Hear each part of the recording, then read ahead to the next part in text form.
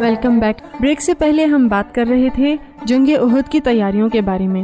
نبی کریم صلی اللہ علیہ وسلم نے بھی جنگ احد کی تیاری شروع کر دی تھی، اور اس سلسلے میں نبی کریم صلی اللہ علیہ وسلم نے صحابہ کرام رضی اللہ تعالیٰ عنہم سے مسلمانوں کے دفاع کے متعلق مشورہ کیا۔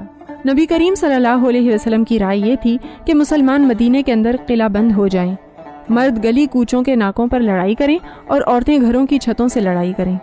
بتایا جاتا ہے کہ نبی کریم صلی اللہ علیہ وسلم نے صحابہ کرام رضی اللہ تعالیٰ عنہم کو خواب سنا کر فرمایا، تمہاری رائے ہو تو مدینے کے اندر پناہ لے کر مقابلہ کرو، اور وہ جہاں اترے ہیں ان کو وہیں رہنے دو۔ اگر وہ ٹھہرے رہے تو بدترین حالت میں ہوں گے، اور اگر انہوں نے آگے بڑھ کر پیش قدمی کی تو ہم مدینہ میں رہتے ہوئے ان کا مقابلہ کریں گے۔ رئیس المنافقین عبداللہ بن ابی نے بھی اسی رائے کو پسند کیا، کیونکہ وہ چاہتا تھا کہ وہ گھر ہی میں بیٹھا رہے، اور اس طرح سے وہ اس الزام سے بھی بچا رہے کہ جنگ میں نہیں گیا اور پیچھے بیٹھا بھی رہ جائے۔ لیکن وہ صحابہ کرام جو جنگ بدر میں شامل نہ ہو سکے تھے، ان کا خیال یہ تھا کہ جنگ بدر میں اہل بدر کو جو فضیلت حاصل ہوئی ہے وہ ہمیں بھی مل جائے۔ اسی غرض سے انہوں نے نبی کریم صلی اللہ علیہ وسلم کو مشورہ دیا کہ بجائے مدینے کے اندر رہتے ہوئے مدینہ سے باہر آگے بڑھا جائے اور قریش مکہ کی طرف پیش قدمی کر کے احد میں لڑائی لڑی جائے۔ یہ صحابہ کرام رضی اللہ تعالیٰ عنہم نبی کریم صلی اللہ علیہ وسلم کو یہ مشورہ بار بار دیتے رہے، یہاں تک کہ نبی کریم صلی اللہ علیہ وسلم نے یہ مشورہ مان لیا اور اسلحہ سے لیس ہو کر باہر آ گئے۔ اب یہ دیکھ کر یہ صحابہ جو نبی کریم صلی اللہ علیہ وسلم کو مدینہ سے باہر لڑنے کے لیے آمادہ کر رہے تھے شرمندہ ہوئے اور کہنے لگے، ہم نے خواہ نبی کریم صلی اللہ علیہ وسلم کو مدینہ سے باہر جا کر لڑنے پر مجبور کیا۔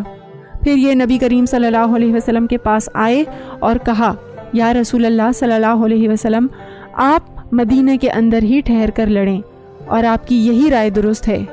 اس پر نبی کریم صلی اللہ علیہ وسلم نے صحابہ کرام رضی اللہ تعالیٰ عنہم سے فرمایا، کسی نبی کی شان یہ نہیں ہے کہ ہتھیار پہن کر اتار دے، یہاں تک کہ اللہ تعالیٰ نبی اور اس کے مخالفوں کے درمیان فیصلہ کر دے۔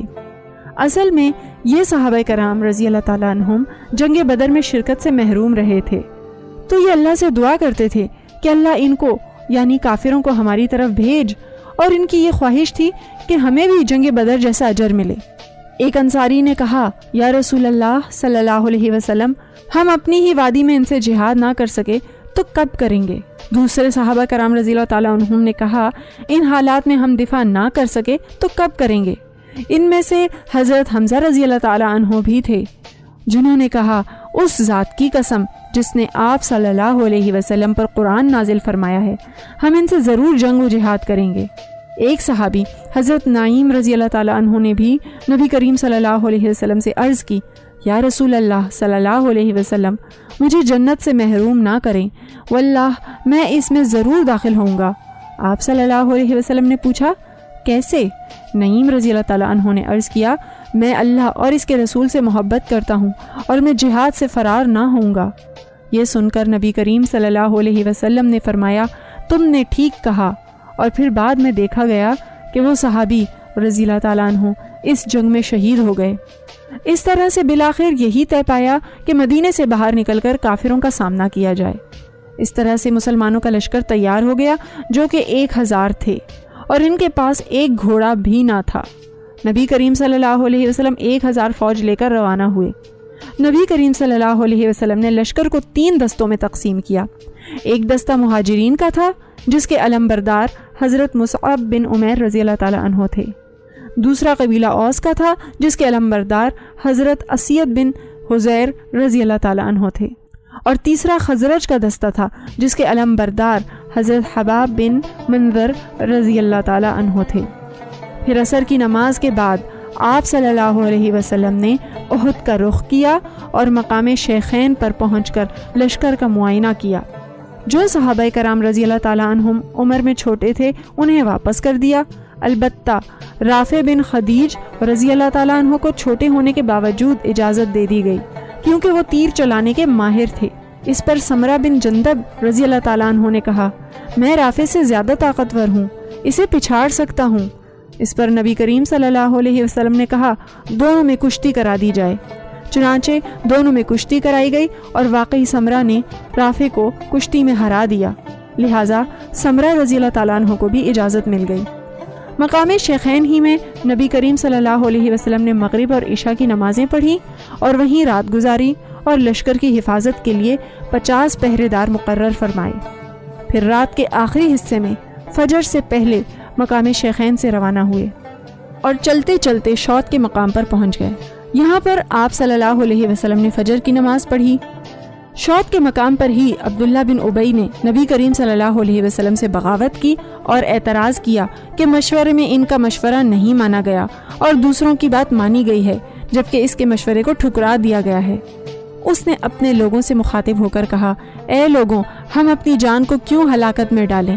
چنانچہ عین لڑائی کے موقع پر یہ منافق دھوکہ دے گیا اور اپنے 300 ساتھیوں سمیت جنگ سے پلٹ گیا۔ اس موقع پر حضرت جابر رضی اللہ تعالیٰ عنہ کے والد عبداللہ بن عمرو نے ان کے پاس جا کر عرض کیا، خدارا خیال کرو، دشمن سر پر بیٹھا ہے، نبی کریم صلی اللہ علیہ وسلم کو اور اپنے لوگوں کو رسوا نہ کرو اور ان کو بے سہارا مت چھوڑو۔ اس بات پر اس نے کہا، اگر ہمیں معلوم ہوتا کہ تم لڑو گے تو ہم تم سے الگ نہ ہوتے، مگر ہم نہیں سمجھتے کہ لڑائی ہوگی۔ بہرحال اس نے واپس جانے کی ٹھان لی تھی اور وہ اپنے 300 ساتھیوں سمیت واپس چلا گیا۔ اس موقع پر حضرت جابر رضی اللہ تعالیٰ عنہ کے والد نے کہا، اے اللہ کے دشمنوں، اللہ تم کو تباہ کرے، اللہ اپنے نبی صلی اللہ علیہ وسلم کو تم سے بے نیاز کر دے گا۔ اسی بات کا ذکر قرآن کی سورہ آل عمران میں آتا ہے۔ ترجمہ: اور تاکہ منافقوں کو ظاہر کر دے اور انہیں کہا گیا تھا کہ آؤ اللہ کی راہ میں لڑو، تو انہوں نے کہا اگر ہمیں علم ہوتا کہ آج جنگ ہوگی تو ہم ضرور تمہارے ساتھ چلتے۔ وہ اس وقت بنسبت ایمان کے کفر سے زیادہ قریب تھے۔ وہ اپنے منہ سے وہ بات کہتے ہیں جو ان کے دلوں میں نہیں، اور جو کچھ وہ چھپاتے ہیں اللہ اس کو خوب جانتا ہے۔ یہ سورۃ آل عمران آیت 167 کا ترجمہ ہے۔ عبداللہ بن ابی کے اسی سلوک کی وجہ سے قریب تھا کہ بنو سلمہ اور بنو حارثہ اپنی بزدلی اور کمزوری کی وجہ سے پلٹ جاتے، لیکن پھر اللہ نے انہیں ثابت قدم رکھا اور یہ نہ پلٹے۔ مسلمانوں کی تعداد 1000 سے کم ہو کر 700 باقی رہ گئی۔ بتایا جاتا ہے کہ اس وقت انصار نے رسول اللہ صلی اللہ علیہ وسلم سے اپنے حلیف یہود سے مدد حاصل کرنے کی اجازت طلب کی تو نبی کریم صلی اللہ علیہ وسلم نے فرمایا، ان کی ہمیں کوئی ضرورت نہیں، اللہ ہمارے لیے کافی ہے۔ اس کے بعد نبی کریم صلی اللہ علیہ وسلم نے اعلان فرمایا کہ کون ہے جو قریش کے پاس ایسے مختصر راستے سے لے جائے گا جو ان کے قریب سے نہ گزرتا ہو۔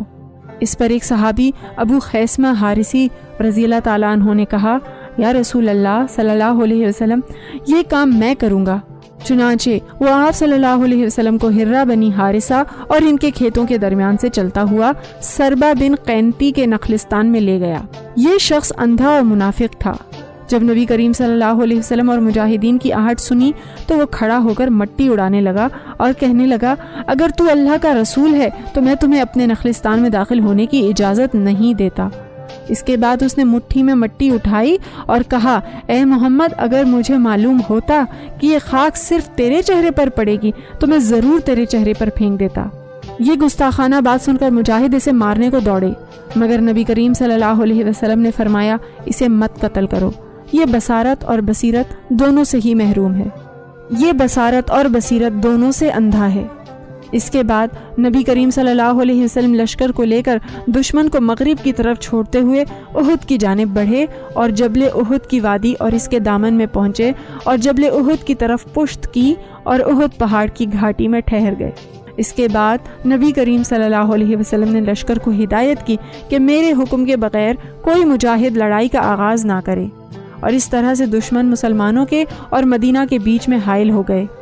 ابھی جنگ شروع نہیں ہوئی تھی اور قریش نے کیا کیا کہ اپنی سواریوں کو اور مویشی جانوروں کو آزاد چھوڑ دیا اور وہ گرد و نواح کی کھیتی باڑی میں چلے گئے اور اس کھیتی باڑی کو برباد کر دیا۔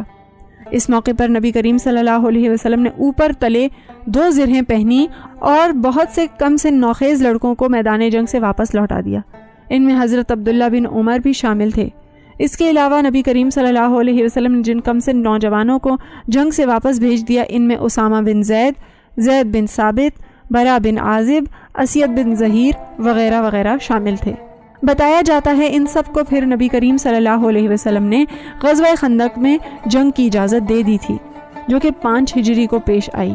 اس کے بعد نبی کریم صلی اللہ علیہ وسلم نے 700 کے لشکر کو ترتیب دینا شروع کیا۔ ہم بات کریں گے اس بارے میں، لیکن کیونکہ اب ایک بریک کا وقت ہوا ہے تو آئیے چلتے ہیں